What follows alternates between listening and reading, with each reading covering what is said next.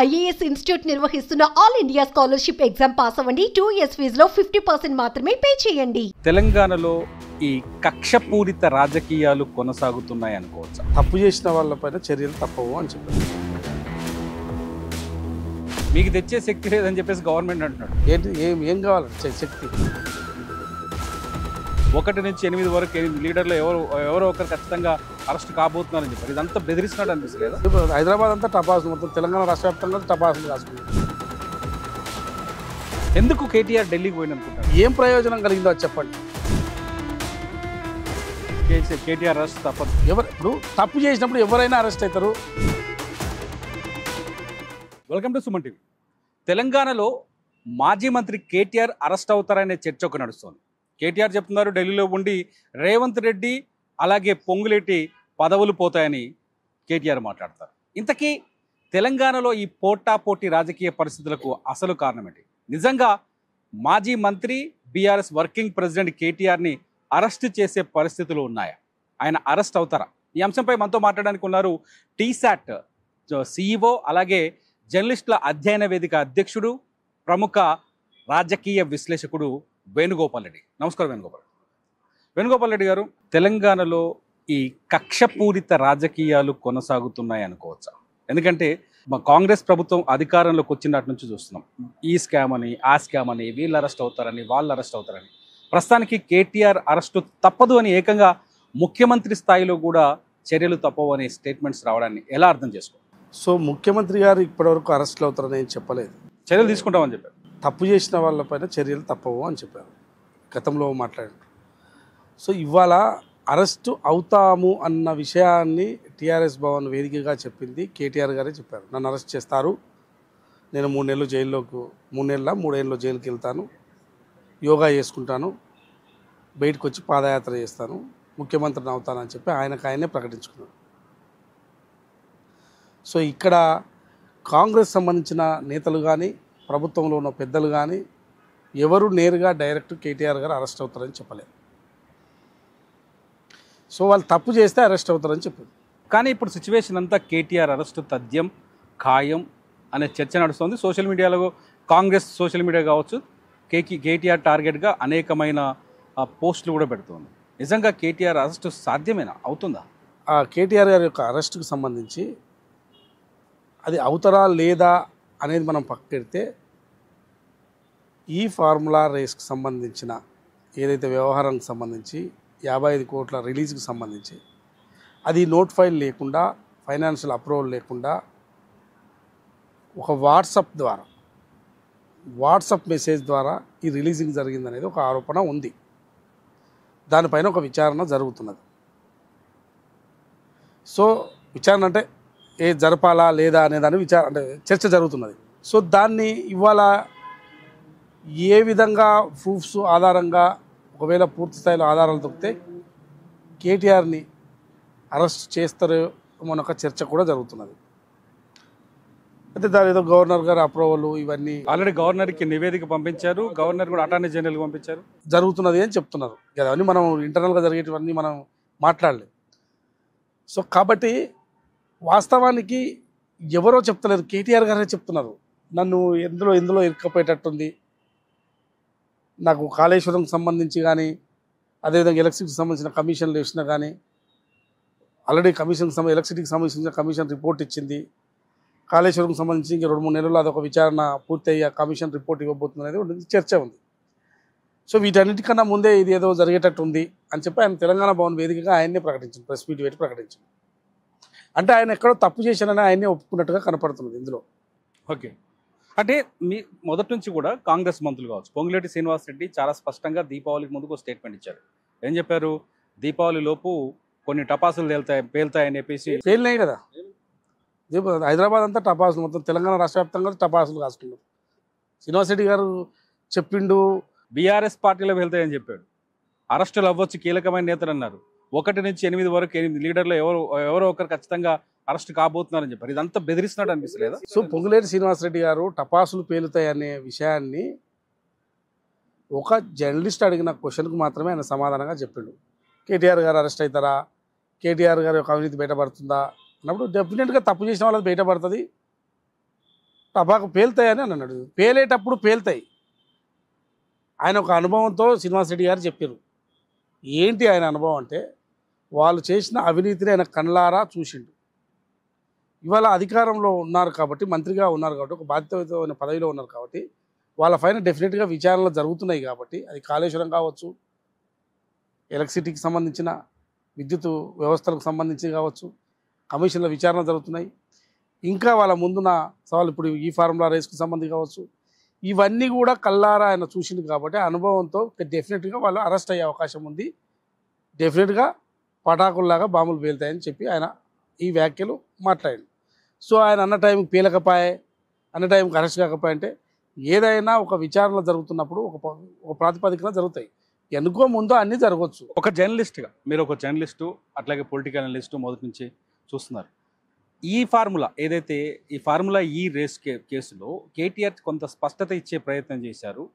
ఎక్కడెక్కడో అంటే ఎక్కడెక్కడో ప్రపంచం వల్ల ఎక్కడ దేశాలు కూడా పోటీ పడతాయి పెట్టడానికి. అయినా నేను తెచ్చిన ఇది చాలా గొప్పతనము, తెస్తే ఏదైనా ఒక విధానం ఒక పద్ధతి ప్రకారం చేయాలి కదా. మీకు తెచ్చే శక్తి లేదని చెప్పేసి గవర్నమెంట్ అంటున్నాడు. ఏంటి ఏం కావాలంటే శక్తి? రేవంత్ రెడ్డి తేగలడా ఇటువంటి ఈ ఫార్ములా కార్ రేసుని తేగలడా? 55 కోట్లు ఖర్చు పెడితేనే ఇంత రాద్ధాంతం చేస్తారు. ఏం ప్రయోజనం కలిగిందో అది చెప్పండి. మరి 55 కోట్లే ఉండొచ్చు, ప్రయోజనం ఏం కలిగిందో ప్రజలకు చెప్పు. పేద ప్రజలకు ఏం జరిగిందో చెప్పవాలి. ఏం జరిగింది పేద ప్రజలకు దానివల్ల? మన కొత్త ఇండస్ట్రీలు వచ్చినాయా దానివల్ల? ఏమన్నా ఎందుకు కేటీఆర్ ఢిల్లీకి పోయింది అనుకుంటారు? ఫోన్ నువ్వు తెచ్చినావు, పోయింది, బాగుంది, అది కూడా ఒప్పుకుందాం. ఎందుకు మరి నోట్ ఫైల్ లేకుండా, ఫైనాన్షియల్ అప్రూవల్ లేకుండా వాట్సాప్ ద్వారా ఎందుకు చేసారు మరి? అంటే ఏంది అది, ప్రభుత్వమా లేకుంటే ఏంది? ఇది చాటింగ్ లాగా పైసలు రిలీజ్ చేసుకుంటారా? ఎందుకు కేటీఆర్ ఢిల్లీకి పోయి ఎందుకు నిజంగానే గవర్నమెంట్ ఆరోపిస్తున్నట్టు లేకపోతే కాంగ్రెస్ నాయకులు ఆరోపిస్తున్నట్టు అరెస్ట్ని ఆపుకోవడానికి పోయాడా లేకపోతే బీజేపీతో లాబింగ్ కోసం పోయాడా? ఇప్పుడు వాళ్ళు ఢిల్లీకి పోయిన వాళ్ళంతా బానిసలు అన్నారు, ఢిల్లీకి ఊకి తిరిగే వాళ్ళంతా ఢిల్లీ బానిసలు అన్నారు. మరి వీళ్ళు ఎందుకు పోయారో, ఎవరు బానిసలో చెప్పాలి కేటీఆర్ గారు. ఢిల్లీకి మాటికి వస్తాను, నేను వారానికి ఒకసారి వస్తానంటే మరి వాళ్ళు ఢిల్లీతో అంత పని ఏం పడిందో అర్థం కాదు. ఇప్పుడు రేవంత్ రెడ్డి గారు ముఖ్యమంత్రిగా ఒక బాధ్యతతో కేంద్ర ప్రభుత్వాన్ని కలవడానికి, కేంద్ర మంత్రులను, ప్రధానమంత్రిని ప్లస్ రాష్ట్రానికి కావాల్సిన నిధులు అడగడానికి కేంద్ర ప్రభుత్వాన్ని కలవడానికి పోయారు. పార్టీ వ్యవహారాలు మాట్లాడడానికి అక్కడ పార్టీ కార్యాలయం ఉంది, జాతీయ పార్టీ కాబట్టి జాతీయ కార్యాలయం అక్కడ ఉంది. మల్లికార్జున ఖార్గే గారు అక్కడ అధ్యక్షుడు కలవడానికి పోతారు, ఇన్ఛార్జీలు ఉంటారు, సిడబ్ల్యూసీ మీటింగ్ ఉంటుంది, ఏఐసీ సంబంధించిన మీటింగ్లు ఉంటాయి, పోతారు. మీకేం పని అంటున్నా ఢిల్లీలో? మీరు ఎందుకు పోయి పట్టణాభివృద్ధి శాఖ మంత్రిని కలిసిరు, ఏదో అమృత టెండర్లకు సంబంధించి ఏదో అర్హత లేని వాళ్ళకి ఇచ్చిర్రు. మీరు ఇచ్చిన ఇప్పుడు వచ్చిన వాళ్ళందరికీ మీరు కూడా గతంలో టెండర్లు ఇచ్చిన వాళ్ళని మీ ప్రభుత్వంలో కూడా టెండర్లు తీసుకున్న వాళ్ళే. అర్హత లేని వాళ్ళకి ఇచ్చారని ఓ సాకు ఏందో దాన్ని అర్హత లేని వాళ్ళు ఉంటే ఇక్కడ పోయి కోర్టుకు పోయి అర్హత లేకుండా ఆధారాలు ఏందో పెట్టుకో, కోర్టు ప్రశ్నిస్తుంది.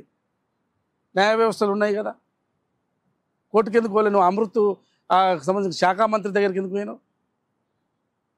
కోర్టులకు పోవాలి కదా.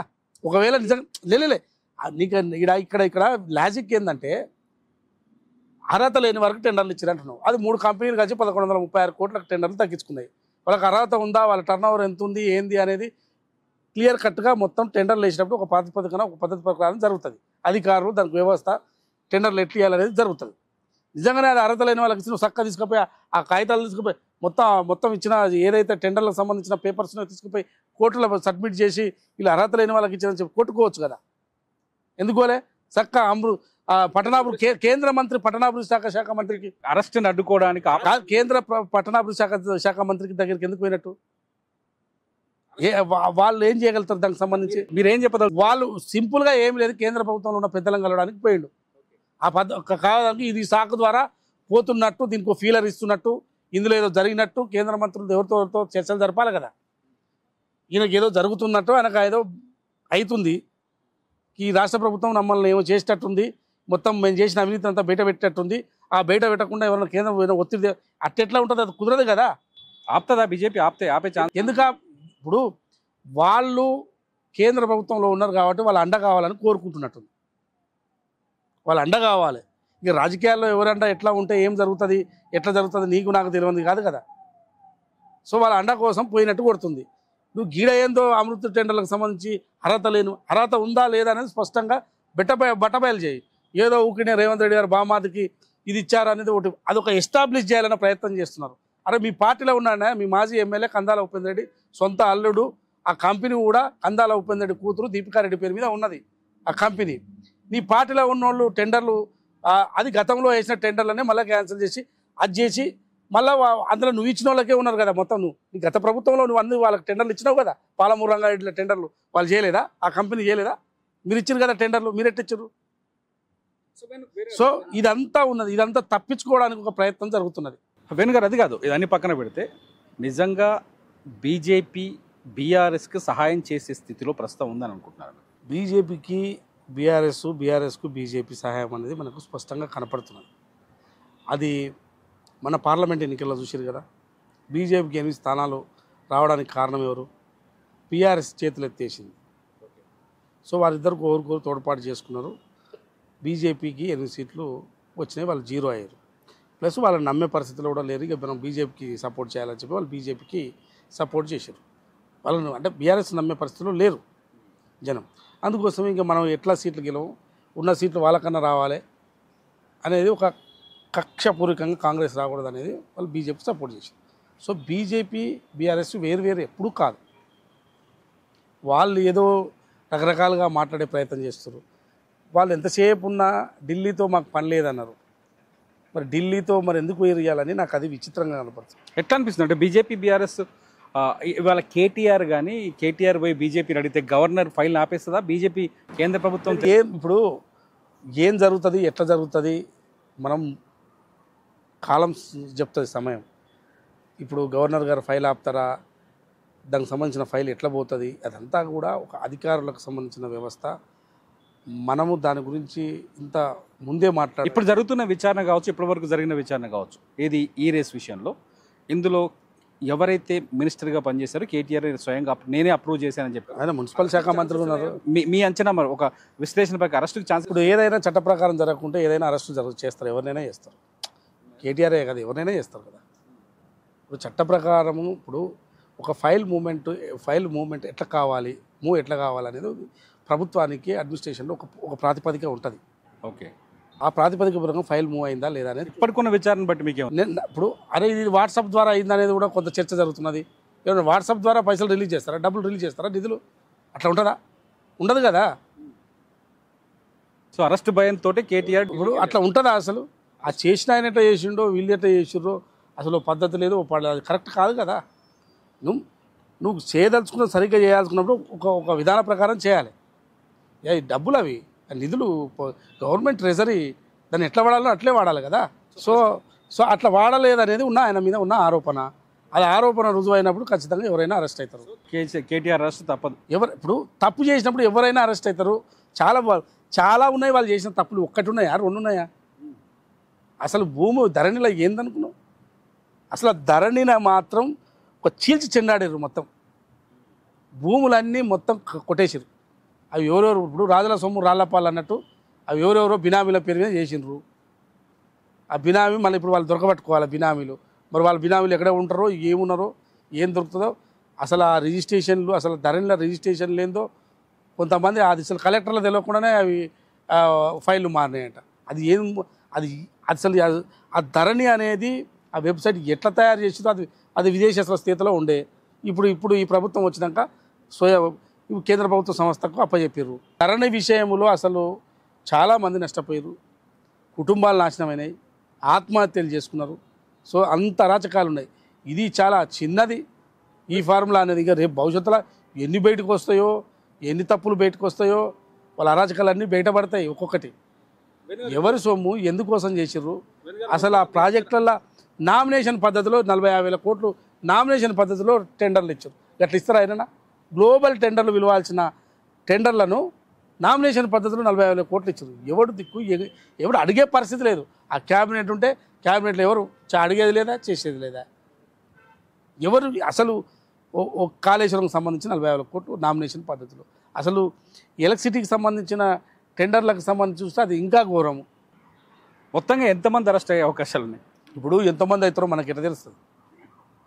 ఇప్పుడు ఇంత అరాచకం జరిగినాక ఇంతమంది అని ఎట్లా చెప్పగలుగుతాం?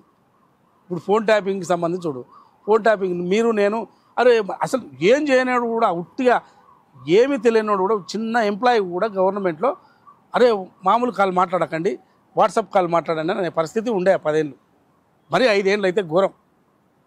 అంటే ఆ పరిస్థితి ఎందుకు వచ్చింది అంటే ఎంతమంది ఫోన్ ట్యాపింగ్ చేసిన వాళ్ళు చేసే 2-3 వేల మంది ఫోన్ ట్యాపింగ్ చేసి ఉంటారు. కానీ రాష్ట్రంలో ఉన్న ప్రజలంతా భయపడ్డారు ఫోన్ ట్యాపింగ్ అని. 2-3 వేల మంది ఇంకెక్కువ మంది చేసారు. కొన్ని సంసారాలు మొత్తం చెడిపోయినాయని చెప్పారు కదా ఫోన్ ట్యాపింగ్ వల్ల. బ్లాక్మెయిల్ చేసిరని కూడా చర్చలు మనం వింటున్నాం కదా. సో అంత అరాచకాలు చేసిరు.